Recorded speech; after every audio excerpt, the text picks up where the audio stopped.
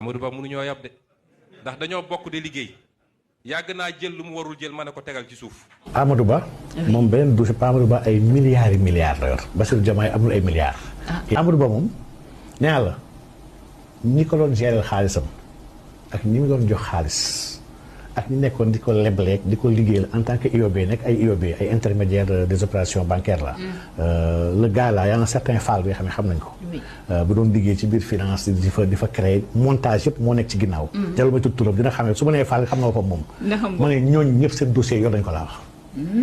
Amadou Ba bu yàlla ñàkkee bëgg Sénégal dëgg rek na ko jox Amadou Ba. Sénégalais yi question bi ñu waroon posé wu rek mooy simple fonctionnaire nu mu mënee yor alal gi yëpp. maag moom ak kii ñoo bokk liggéey wax dëgg yàlla ñun amuñu dara wala am nañ tuuti waaw fan la milliardu Amadou Ba yi jóge est-ce que Sénégal dañuy poser question boobu. nga dëkk bi.